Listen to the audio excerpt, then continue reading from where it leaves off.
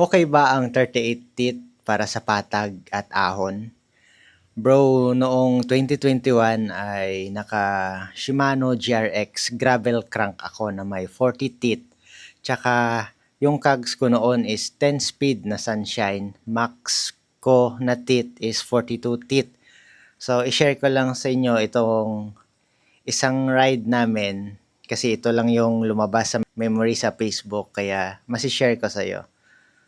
So, kung makikita mo, naka 40 teeth ako dyan at madami talagang ahon sa bundok na pinupuntahan namin. Okay na okay pa rin siya. At the end of the day bro, nakabase talaga yan sa fitness natin. So, kung bago ka pa lang nagbabike at madaming ahon dyan, dun muna tayo sa easy para sa atin umakyat. Kasi kung sobrang tigas naman yan para sa atin, hindi pa tayo ganun ka-fit or medyo mahina pa talaga tayo sa ahon, need natin gradual lang, step by step lang. Kung medyo madali na sa'yo yung, kunyari 32 ka muna, 34, 36, dahan-dahan lang hanggang sa makaya.